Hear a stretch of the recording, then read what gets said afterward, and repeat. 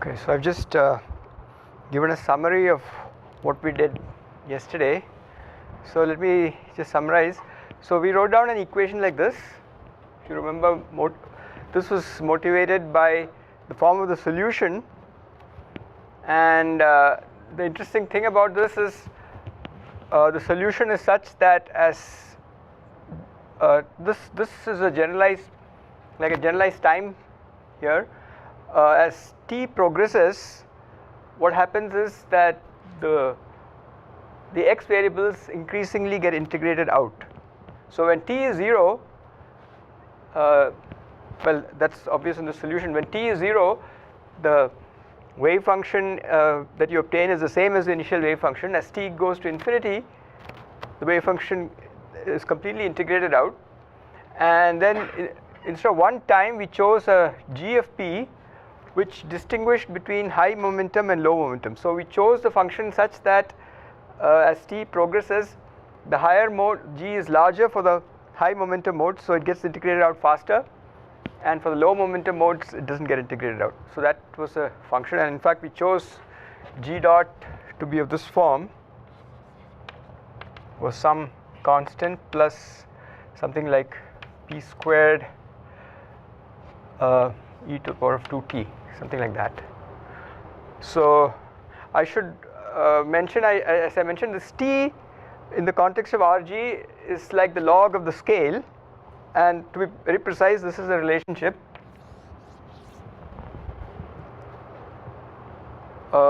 So lambda naught is your fixed scale at some UV cutoff, lambda is the moving scale, and e to the power of t is the ratio. So as t increases, lambda goes down. Okay, so as you go towards infrared, t increases, and I think psi is basically this. What I call the wave function is something like this. It's exponential of minus the Hamiltonian or the action, Euclidean action, and z would be something like this. Would be the partition function. You can introduce sources if you want, so it becomes a generating functional. And I don't know if I mentioned this, but one of the important points about this is that when you choose this to be of this form with a derivative in front, z is automatically independent of time, because if you do dz by dt, the t goes and hits this, so you get dx d psi by dt, and then d psi by dt is all this. So this is dx, there's a derivative here times something. So because of the derivative, that's a total derivative, this becomes 0, because you pick up the values at infinity and where the action kills it. So dz by dt is automatically 0, so the partition function is invariant as you evolve in time. So that is one property of this Rg. And the integral formula for this is this. So you start with your initial psi. When you advance in time, your final psi looks like this. So there is this kernel, and your x, the fields xf are related to the initial ones like this. And starting with this form, we derived a connection between the correlation functions calculated with the low energy action. So f is the final action, which is the result of evolution. So this is a low energy, the correlation calculated with the low energy action is equal to the correlation calculated with the high energy action up to these factors. And if these are analytic, all the information is there, so you don't lose any information in this process. Okay. So this is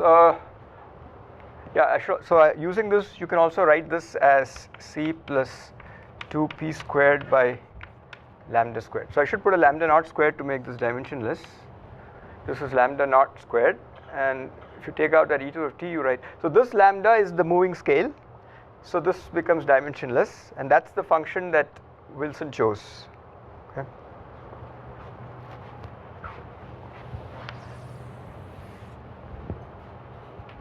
So what I want to do today is to get another. For even number you are getting some delta function.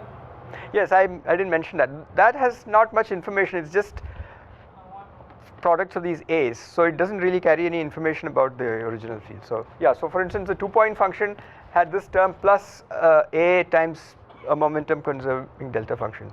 So those are like disconnected pieces, and they'll show up whenever these two momenta happen to be equal. If P1 equals minus P2, you'll get a term from that. So those are very special, and generically you'll get this.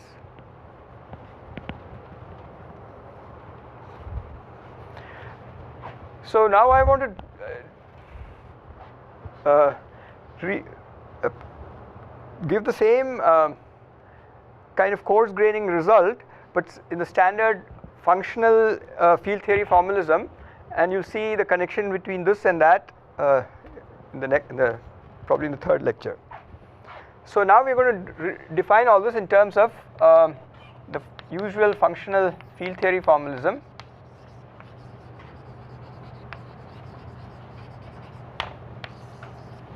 So as you know, in the functional formalism there are standard things that you define, and we'll define. So one is of course this Wilson action, which I will call S of lambda. So this lambda refers to the moving scale. So this S psi of, so this psi of xf, which I will write as e to the power of minus s f, this f refers to the lambda. Okay, so this is what you get at the end of the process. So that's the Wilson action. This is called the Wilson action.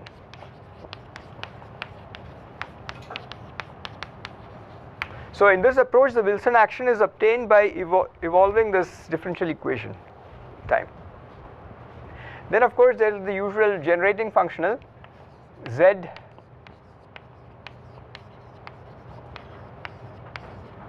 These are the two things of importance. And then there's also the one particle effective action, which irreducible action, which if I get time I'll talk about, but today we'll primarily talk about these two. So mainly what I'm going to do is define a few of these useful quantities. Then I'll show you that this has important information, and I'll derive a differential equation for that, which will be similar to this but not identical to this. And that's the version that Polchinski derived, and this approach is much more suited for perturbation theory. Okay, so we'll look at. So after deriving this, I'll show you that this can also be obtained by a differential equation, but a slightly different differential equation. So let me define this. So we start by defining, as usual, the generating functional, which is by definition. So I put a B to show that this is the starting from the bare theory. So this is the full answer. This is the answer that has all the information.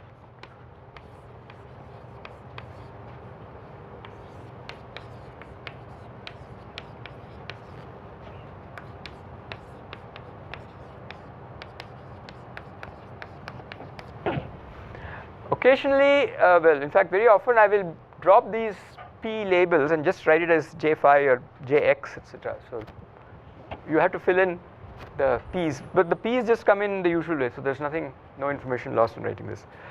So the first step will be we have to regularize this theory, and there are of course many ways to regularize it, but the way convenient for this is to write SB phi, separate out an interaction term, which I will write as half phi 1 over delta phi plus SBI.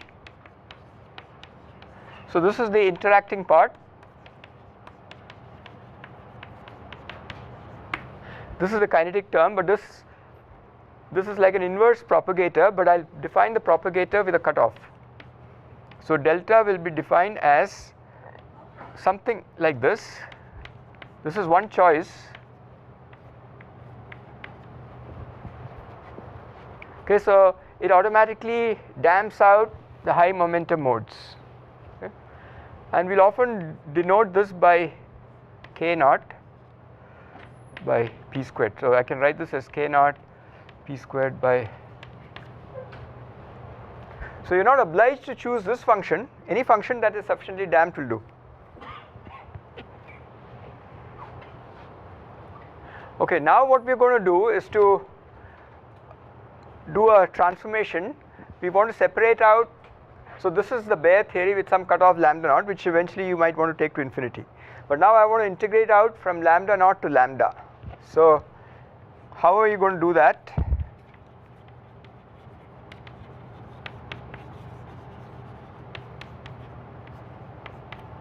So we have to, what I'm going to do is the following. Write this delta as a sum of a high energy part and a low energy part. And the low energy part will be chosen to be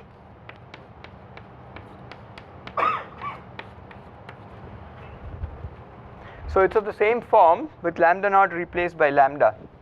So this thing damps out all momenta higher than lambda, which is much lower scale, and the difference is delta H. So delta H will be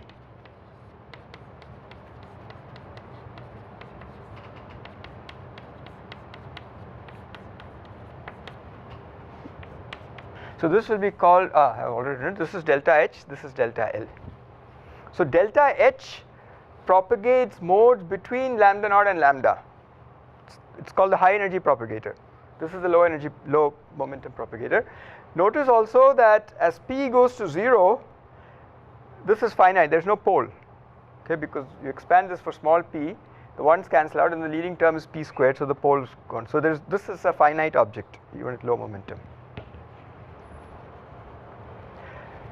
The next thing is to write the partition function like this, and I'm going to prove it for you in a minute.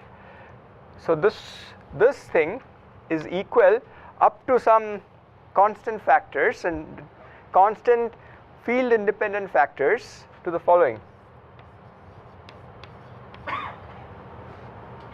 I'll separate out the phi L and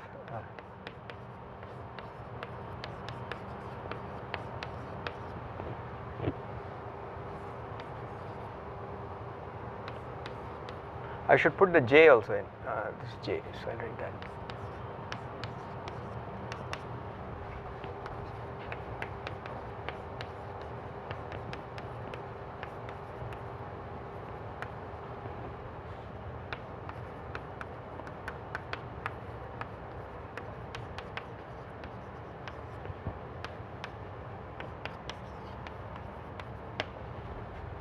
So what I've done is I've written the fields as phi L plus phi H,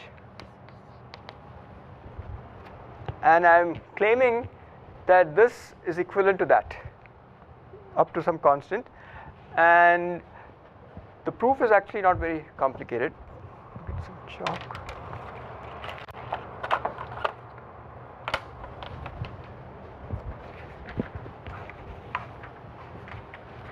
Well, before I get to the proof, so you see what's going to happen now. I'm going to do this integral, leaving this undone. Okay. So when you do this integral, you integrate out the high momentum modes. Why are they high? Because they use this propagator. And you integrate out high momentum modes, you're left with something that's a function only of phi L. And what you're left with will be called the Wilson action. Okay. So let me show you why this is true. This proof is actually very simple. So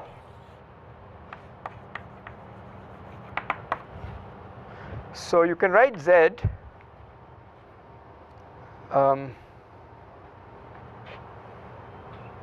So what I'm going to do is I'm going to take this out in the usual way and as delta by delta J, and write this as e to the power of minus SBI.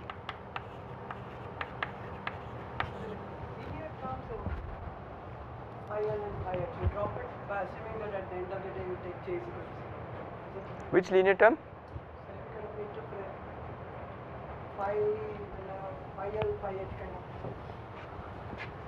No, everything will be there in this. No, this from here to here, I'm just going to show you that it's true. It's an identity up to some overall constants. After that, there's no. I mean, there's no. So you're worried about in the kinetic term. Inside this, those terms will be there. That you have just put in. Yeah, this will be there. Kinetic term looks like Yeah, but it's going to, it will separate out like this. That's why I'm going to prove that now. So it's a simple proof. It's a two-line proof. So I'll show you that this generates the same partition function. So this object can be written as d phi L.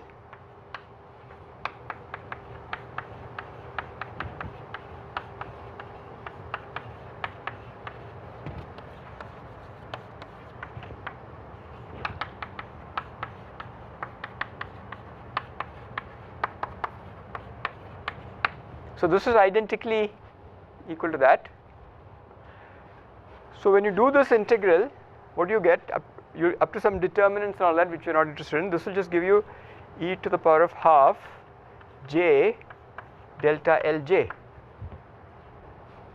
And this one will give you half j delta Hj. Okay? So when you add this, delta L plus delta H is designed to be delta. So this will be equal to e to the power of half j delta j, and we have this acting on that.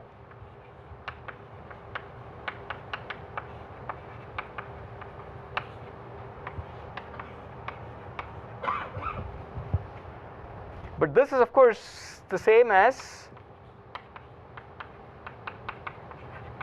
the original partition function, which you would obtain by doing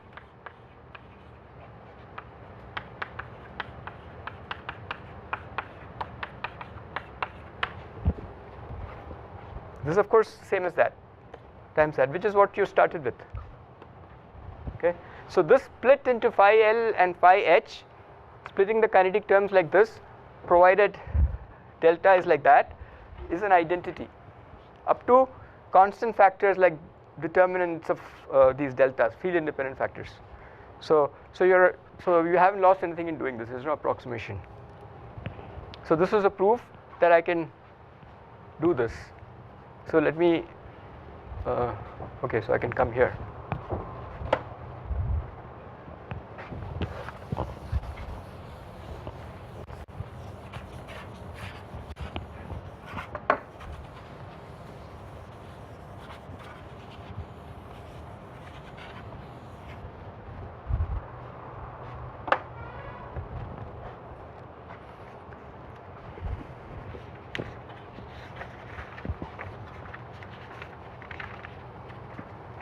So once you know that you're allowed to do that, let me go back and define the Wilson action like this.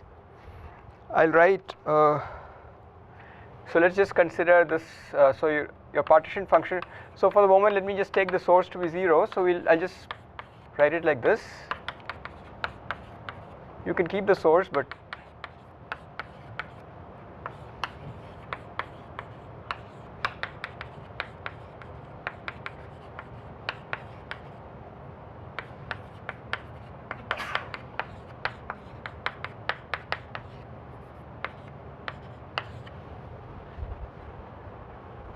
okay, I've just written everything without a source.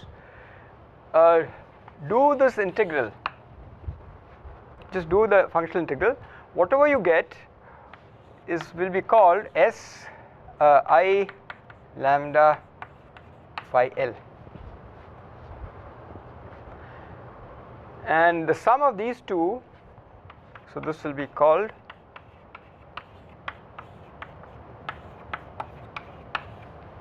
so this is the definition of your Wilson action, low energy Wilson action.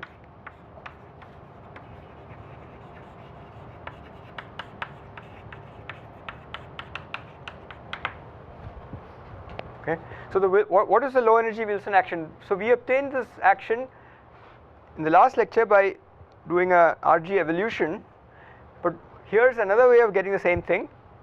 You just integrate out the high energy modes in your action. So phi h gets integrated out. Whatever is left behind as a function of phi L will be defined to be the interacting part of your Wilson action. The kinetic term is always there, it's fixed. The sum of the two is the full action. So this defines that, and it also defines that. These two are related always by this fixed term, which you just keep. Of course, there will be quadratic terms in this of this type, which will modify the coefficient, but that's okay. That's all lumped into that. So this is the low energy Wilson action. Okay. Now you can proceed to work with this, and as I said, this can be thought of as an effective action, which people usually talk about when you integrate out high energy modes, to be used for low energy experiments. But if you use it as a quantum theory, you have to cut off the integrals with lambda, not lambda naught. So, and then you're guaranteed, and we'll show that again in a minute, that the correlations you calculate with this has all the information that the original correlations had. So I showed it to you in your last lecture using the evolution, but I'll show you the same thing now in a minute. Okay. Is this the same as effective action? Well, it depends on what you mean by effective action. There's something called the effective action that reproduces the one particle irreducible graphs. This is not quite that. It's related to that, but it's not quite that. Seems like the procedure is exactly the same, except that you don't do the L and H part.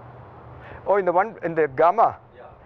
Oh, the procedure is almost same. The difference is these are not one particle irreducible necessarily. Okay. So it includes other contributions also. If you take out those contributions, it is indeed the effective action. So actually, since you asked that question, if you're so maybe I'll just digress. So what are the kinds of graphs that go into this? So you can have a phi L, and then you can have all kinds of phi h. Well, maybe I'll draw it with a dotted line. Things like that integrated out. These are the phi h modes. These are the phi L modes. Okay. So these graphs are one particle irreducible. So this would be there in the gamma as well as in this. But this could also have graphs of this type. I mean, it could have things like this, or I don't know. Like tree graphs, right? Could have things like that, right? These are not allowed in gamma, but they are allowed in this. On the other hand, this guy phi h has to have high momentum, otherwise it doesn't propagate. So if your external momentum is very small, these are not there for all practical purposes. So then this S will coincide with gamma. So there's some connection between the two. But yeah. This delta is 1 over delta or delta? The way you have written. Delta is a propagator. The propagator appears as 1 over p square, not 1 right? Am I missing something? Huh? Sorry, what's the problem? This is the kinetic term with the p squared. So this is a propagator as 1 over p squared. So the kinetic term will have this factor in the denominator, but p squared in the numerator. Yeah, so this is the inverse propagator, this is the kinetic term.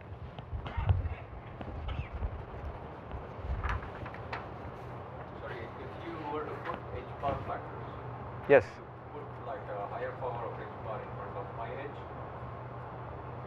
Because in effect, No, H bar factor should come with the loops. Tree diagrams will be the same. here you wouldn't put it. I mean, you could put it back, but yeah. Okay, now let me define for you two other auxiliary quantities which are also very useful. One is this W lambda, and after that I'll define some of the properties, and then I'll derive for you the differential equation obeyed by S, which will actually be Polchinski's equation. So I will go here.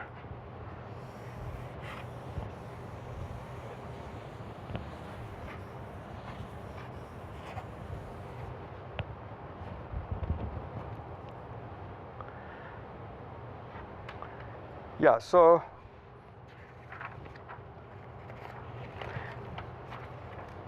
if so maybe I should go here. I can erase this. I've written out all this.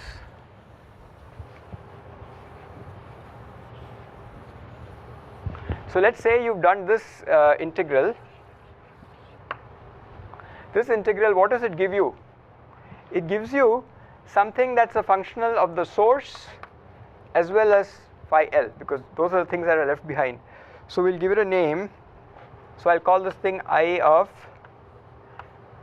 J and phi L.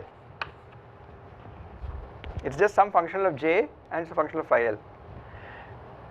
And now if I include this term in that, so let me write down another quantity which is I of j and phi L along with this source piece e to the j phi L. This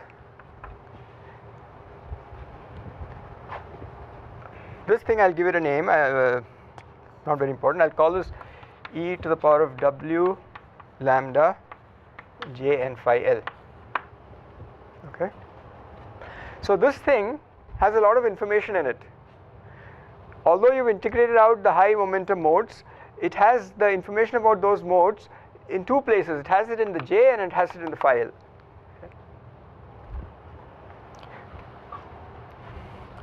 So what I'm going to do now is I'm going to do this integral in a slightly different way. Sorry, J is just some external. J is an external source. Yeah. We say depends on phi L. J depends on phi L. No, no, no. What I said was this object here has a dependent. See, you integrated out phi h. Where has that information gone into? It's gone into the dependence on j and on the dependence on phi L. So it's this functional form that has the information that you integrated out. That's all. Yeah. So let me do this, rewrite this, do this integral in a slightly different way. So I will, what I'm going to do is I'm going to do this phi h integral. I'll combine these two, complete the square and do it. Okay. So let me write it like this. So this thing I'm going to call it z of j and phi L. What does this lambda signify? This lambda signifies that I have a IR cutoff in this integral, because I'm only integrating out modes between lambda p to lambda naught. Lambda naught you can take to infinity if you want, but definitely there's a IR cutoff. So that's what this lambda indicates. Okay. So I'm going to do this integral in a different way. So I'll write this I j phi L as d phi h, complete the square, phi h minus delta h j 1 over delta h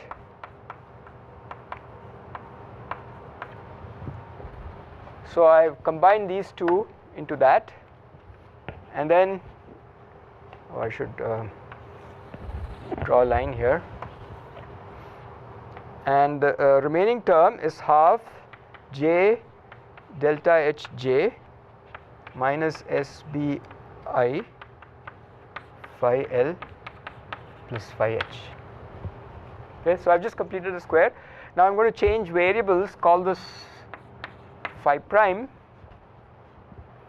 and write everything in terms of phi prime. So this becomes d phi prime e to the power of minus half phi prime 1 over delta h phi prime plus half j delta h j, and this phi h is now phi prime plus that.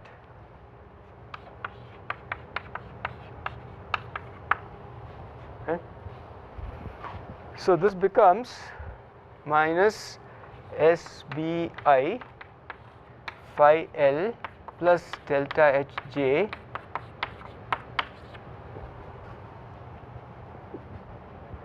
okay.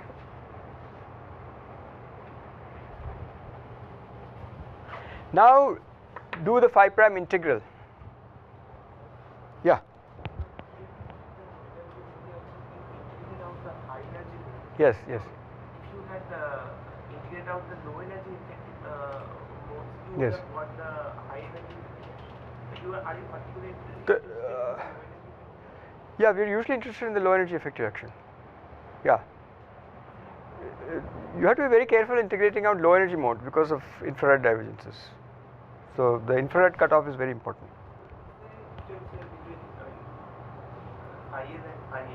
There is the different, no, not in the functional form of phi L, but the propagators are different. Phi L doesn't propagate the low high energy modes. Phi h propagator is different. So in diagrams, the low part of low momentum modes in phi h will not propagate. In here, the high energy momentum modes will not propagate. So phi L and phi P as a function of P are general functions of P, but they contribute in different ways because of the propagators. Okay. Okay. So so this integral you should recognize. Why? Because apart from this term which has no dependence on phi, this integral is what I wrote down before. It's just the Wilson action. Okay. Wilson action, but as a function of this. See, if I define the Wilson action like this. This is the same thing, only instead of phi L I have phi L plus delta H j. That's the only difference. So this is actually e to the power of half j delta H j minus S lambda I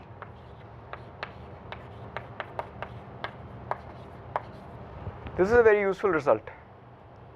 Okay. So this is I.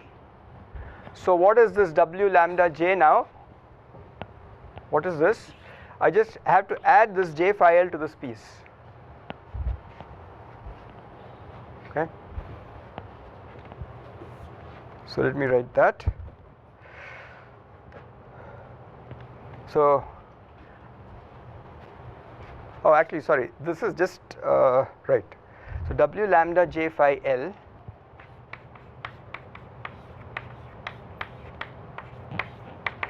is minus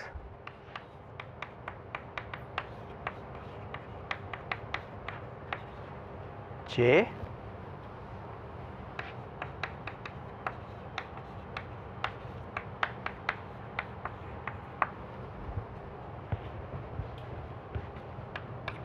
okay. And actually now since I have, this is a very general object, but I can simplify and without losing any information by forgetting about this phi L. So pretend that I am just calculating a generating functional, set phi L to 0 and I can define something. So let's say when you set phi L equals 0, what I get is what I call W lambda j, that is minus S lambda I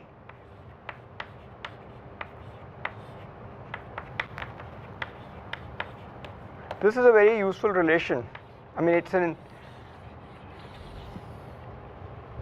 if you stare at that for a minute, you will realize that this is very interesting because this Wj has all the information in it because I integrated out the high energy modes with a source, right?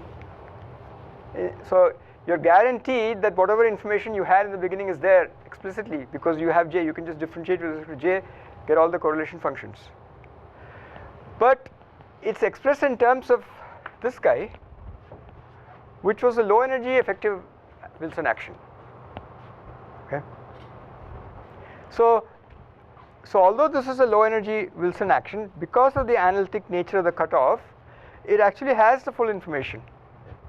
So the low energy action, when you think of it as a function of the low energy fields, you think it doesn't have all the information, but actually the coefficient functions have information about all momenta, and you can recover W lambda j from that action just by making this substitution. So replace the low energy field by this object delta H j and you get W lambda j. Okay. W lambda j, what's the difference between W lambda j and WBJ? WBJ is the full thing. Okay. W lambda j is that with an IR cutoff. Okay. That's the only difference between WBJ and W lambda j. Why is it has an IR cutoff? Because I've integrated out with only delta H. Okay. On the other hand, if you now know this as a function of lambda, you take the limit lambda goes to 0. So you take W lambda j, take the limit lambda goes to 0 and you recover your full thing.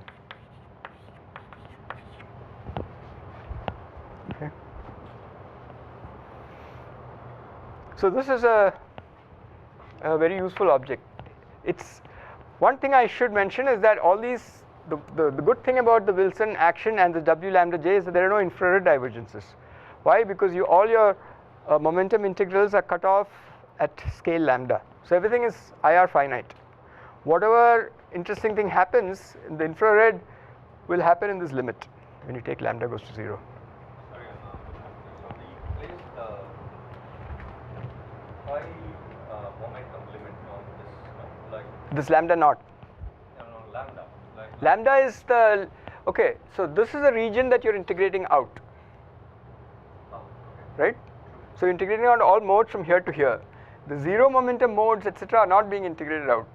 So when I do this procedure here, Yeah, I integrate out only between lambda and lambda naught, right? yeah, because you're using this, This I do only in that. because you're using that propagator. So that, yeah, that information is there in that propagator. Remember, this propagator was of the form, Yeah, that's right? So automatically I'll just do the full momentum integral, but It'll pick out the high energy part. But analytically, I mean Analytically, like, exactly, yeah. It will fall, but exponentially That's right. outside, and it will contain mainly that. Right, yeah. So it will dominantly be the low energy information, but it has all the information. So in lambda going to 0 limit, it's like doing the whole. It's like doing the whole thing. That's right, yeah. So from this point of view, lambda is an IR cutoff. Yeah. The one that is inside the box. Yes. Why you left phi L actually? No, I didn't leave. I just said this has a lot of information in the functional dependence on J and phi L. But suppose I'm only interested in the functional dependence on J. So it's a simpler object, and this is what you get. But what I'm saying is now, this is a very useful object because lambdas are then the free parameter. I can just take it all the way to 0, then it gives me the full generating functional. So I didn't really need to retain that information in this for this purposes. So they play different, so it depends on what you're interested in. For the Wilson action, phi L is the object of interest. For the generating functional, J is the object of interest. This is something that has both, so it has a lot of extra information. You don't need that all the time. So this object is very useful. In fact, you can write down an RG equation for that, which is very similar to Polchinski's equation, turns out. W is defined as W is defined as like this. entire integral you have to find. Entire integral, but cut off at the IR.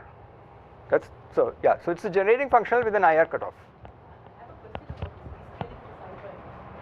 Yeah, So normally when you look at these low energy effective theories, the lambda is still large enough. So your S prime is also still high momentum modes. But now if your lambda can be small enough, your S prime can also have low momentum modes. this is phi prime. Yeah, phi. Yeah, so the information is not so much in the p dependence of phi as in the propagator. Yeah, I know you're keeping delta H still. That's right, yeah. So so you can choose phi LP to be whatever you want. Because you're integrating over all phi, right? You're integrating over all phi. So see, that's the thing. This phi h of p, there is no restriction on the value of p here, because that restriction comes from that. So in fact, that's the reason why this guy actually has all the information, because there is no statement that phi L actually should not have high momenta. It has momenta, but it's small amounts, and because of the analytic nature, all that information is there. Yeah. Lambda is a UV cutoff, yes. No, because I haven't integrated out any of the low energy modes. They're there in the action. When you integrate them out, you get your IR divergences. Okay, now, so this is a useful object, and we'll have more to say about this later. Let me define one more useful object, which is what you would, so this Wj is in some sense the Wg of the full theory, because you started the high energy end. Now you can define a Wj just for this guy. So pretend that you're doing low energy theory and define a W for that. So let me do that. That's also a useful thing to do. So what I'm going to do is, I take this action. So this is the low energy Wilson action. So let me write it out explicitly. So it's half phi L 1 over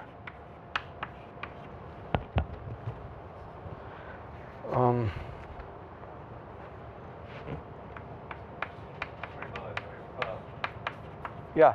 If I take lambda to 0, Yes. here this will be the delta H will become the full delta. Delta L will become the full delta. Yes. Then what is that saying? That now S as a function of delta J. Oh yeah. What it's saying is, previously your S was a function of a field phi. That's right. Replace that field by this object, That's right. and look at the dependence on J. Yeah, I can technically see, but like what is it? So in some sense, your this delta H is like connecting the low energy with the high energy. So although your S lambda, phi lambda is like a low energy piece, this takes the high energy J and connects it to Yeah, low no, energy. because J is some external, there's no high energy and low energy. No. In the sense that J couples to all the modes. So you can have high frequency components in J. Yeah. So this will bring out those components into the effective action. Pick out only those components. Yeah. Pick out only the high energy. Well, it'll pick out. Yeah. Normally, It will connect, it will propagate high energy. to the low energy part. Yeah. Right. Okay. It's a useful formula too. Yeah, if I keep lambda not 0 but finite, Yeah. delta Hj will damp out something. Delta Hj will damp out the part between 0 and lambda. Okay. It propagates the high energy modes.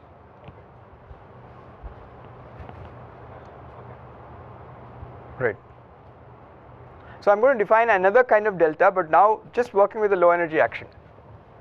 So here's another delta which with a J there, and just to give it a name, I again call it the bar. So let me put this bar to say that this is not that W lambda, it's a different W lambda, but it's calculated with the low energy effective action. Okay. So in other words, you could work with this low energy effective action, calculate correlation functions in this theory. And how would you do it? You would calculate a generating functional and then differentiate with respect to J. So I'm going to get an expression for this guy in terms of the full Wj.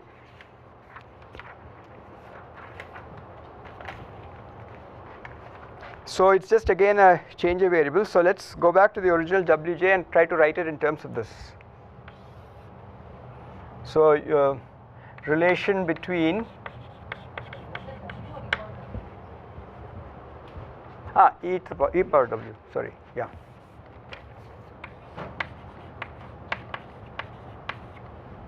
Yeah, it's e to the w.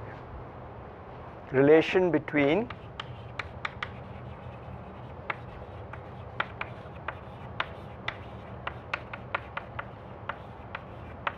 okay. Remember, I keep reminding you, this is the object that has all the information about the theory. So as soon as you relate to that, you've recovered all the information. And we've already said that this is that, so this has that information. Okay. Sorry? Left-hand side It's just a definition. should be independent of lambda, right? It's original partition function. It's the original partition function, but defined for this theory. It's not quite the original partition function, because all I've done is I've taken S lambda and added a source. No, the original partition function, if you remember, has some extra terms like this and all that, right? There's some rescalings and so on. So this is just the low energy. You take the Wilson action and calculate correlations with that. So there'll be some proportionality factors and so on. This is not this one actually. What is this S lambda? This S lambda. This is what we call the Wilson action, which is obtained from the full action by integrating out the high energy modes. So it's a completely non-local. I mean, it has infinite number of terms with all derivatives. You just integrate out the high energy modes, and whatever you get is the Wilson action. Now using this Wilson action, you just calculate a generating functional.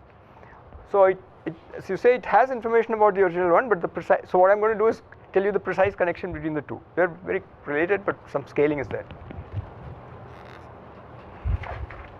So let's calculate this. So let me write the expression. Sorry, S lambda I is the interaction. Yeah, it's the You just take out this. Yeah. This always comes along for the right, and then whatever is left is that. So let's write down expression for the start with Wj, and I'll relate it to this.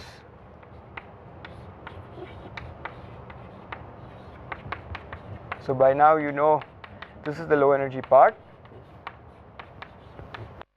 and then there's the high energy part.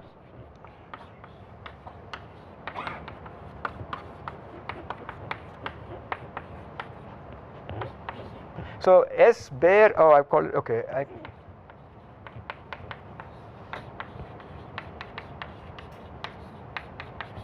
So this is the full thing. Now I'm going to change variables as before, and I think I did this. So I got this will be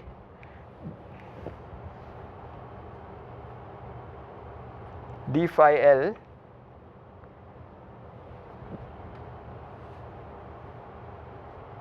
oh yeah, so I'll start with this relation. So what I did was I wrote this thing. Let me remind you. So this was d phi L. So I'm just going back. I won't repeat those steps. Sorry, the left hand side is that WP or W lambda? I thought W lambda was defined. No, this one. This is the full thing. So we have not, but we have changed the propagators. Right? Yeah, so this is your original generating function. I haven't done anything. I haven't done any integral. So W bar J phi H is the W bar lambda. He's writing W. No, this is just the original W. This is defined like this. Yeah, there's no J. No, J phi H is missing. So this is the definition of W bar J, and you'll see that the two are related by a scaling. Maybe I'll do it and you'll see it.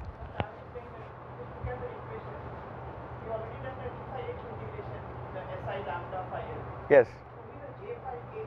Yeah, but that was integrated out. Right. Yeah, but What is the one that's not there? no, this integral had a J phi H in it. So J was also contributing inside the S. Okay. So in fact that will come now. So I'll write this as I did that, and I'll write this as e to the power of minus Si lambda phi L. This I already did by completing the square.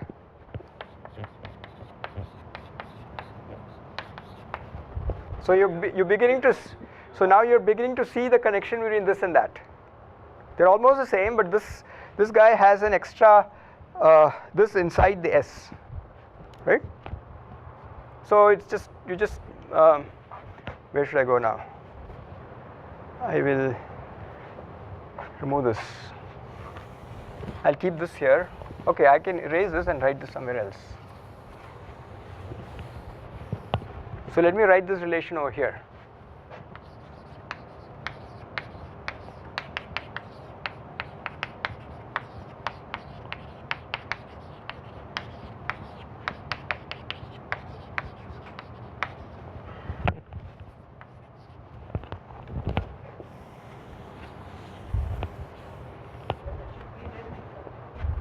So now,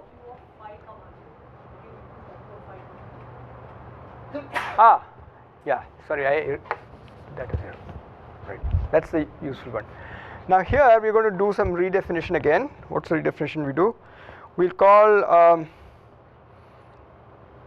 this whole thing as phi prime, and we're sort of undoing it and write this as phi prime minus delta Hj. Okay, so I'm just undoing it, but undoing it in this expression now. So you can just see that this is going to become e to the power of wbj will become d phi prime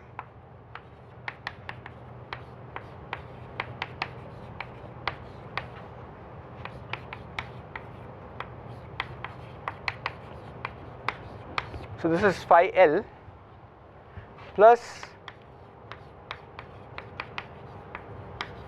j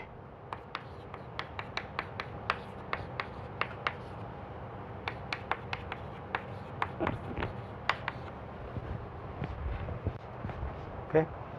So I've replaced phi L by phi prime minus delta hj. Then I'm going to do the phi prime integral.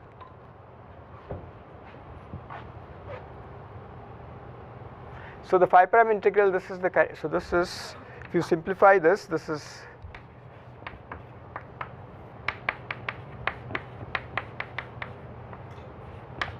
so now your new low energy field is phi prime, not phi L. Okay. So you get some scaling factors now.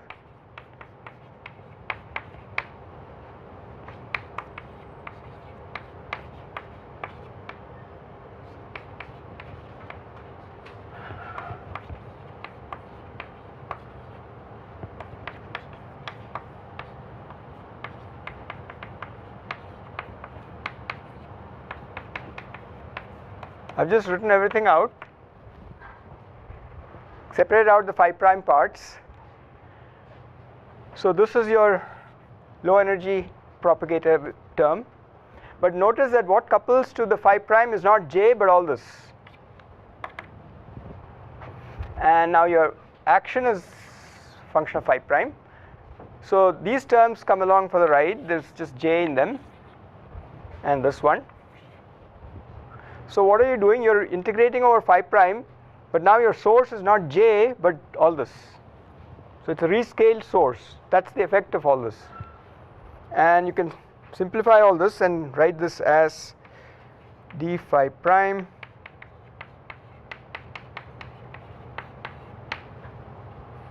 plus j delta by delta L phi prime minus half j delta h delta by delta L j.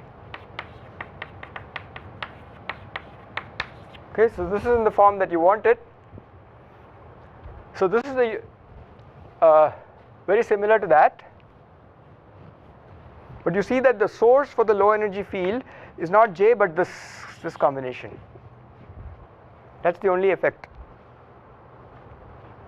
And rest of it is the same. This is the same SI lambda. So this whole thing is the Wilson action. Huh?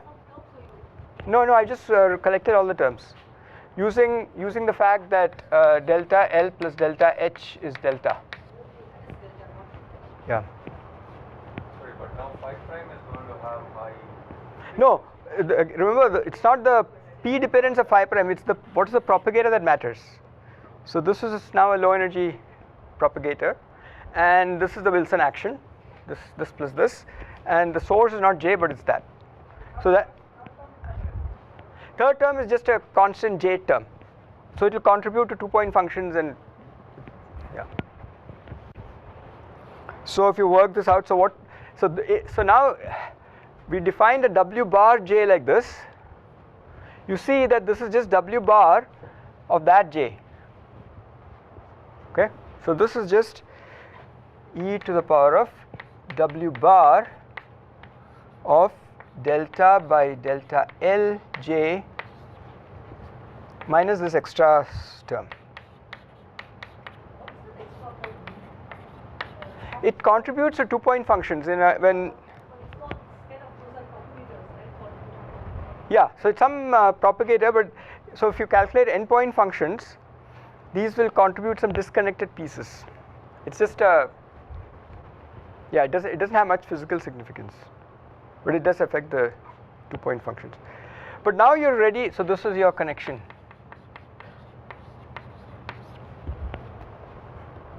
So WB is that plus that.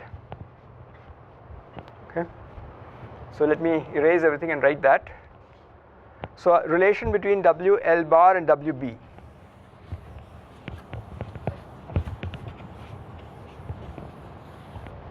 So that's a relation. WB. Why is this relation useful? Because once again it tells you that the low energy Wilson action that we think of as the low energy effective action has the full correlation function in it. So let's differentiate this with respect to j n times. So you get phi p1 phi pn in this theory S bare. When you differentiate with respect to j, you get factors of delta L by delta times the correlator. See, it's differentiating this full thing. This whole thing is the source for phi in this theory. So if you want the correlator, you should differentiate with this whole thing. So when you differentiate with respect to j, you get a scaled version of the correlator. So what you'll get is what is delta by delta L? So remember, delta is k naught by p squared. Delta L is k by p squared, where this is like,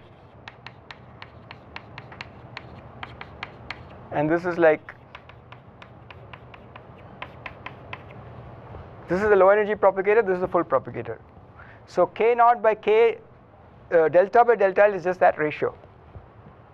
So what you get is product I equals 1 to n k of pi by k naught of pi times the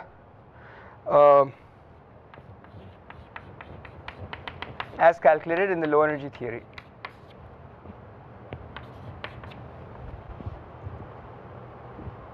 So this is what I showed using the RG also the last lecture, I mean using the differential equation also, that the two things are related by just some factor. Okay, so this factor, of course, in the limit that lambda naught goes to infinity, this k naught is just 1. So this is not a very important factor.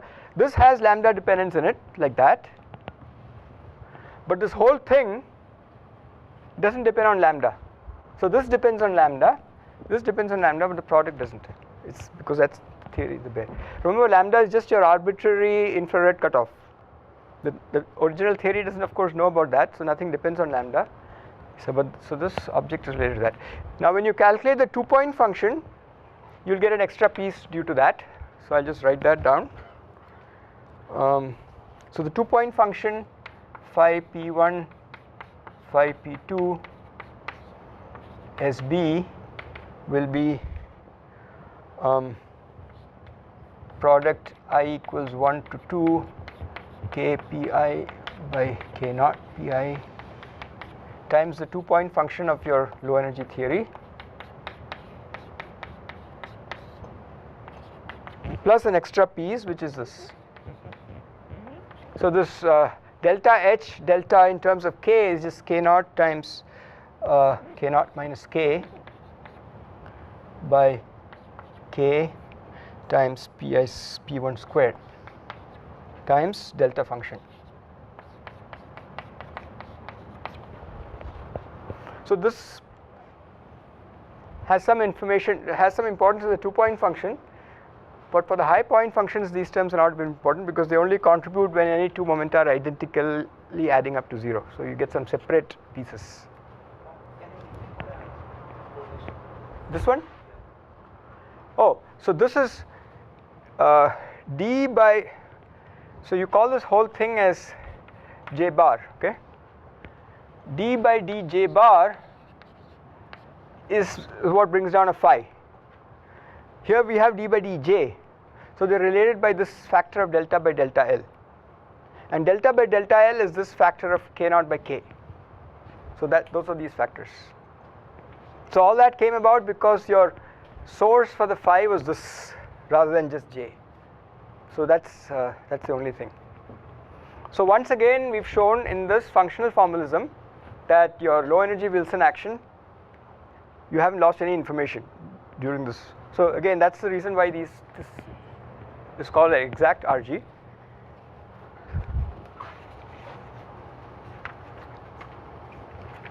What's the time? It's 3. Okay, so So now you've got all these basic objects that can be used. The next thing I want to do, which I'll do next time, is to derive a differential equation for this definition of Wilson action, and I'll show you that the equation you get is very similar to what we wrote in the first lecture, but this equation is Polchinski's equation. Okay, Polchinski's equation has some slight differences, and most of the work on RG nowadays, to the extent that it's based on perturbation theory, Feynman diagrams, uses Polchinski's equation rather than. I think Wilson's RG equation is probably more used for if you're doing some Monte Carlo or something, lattice gauge or something. So I'll stop here.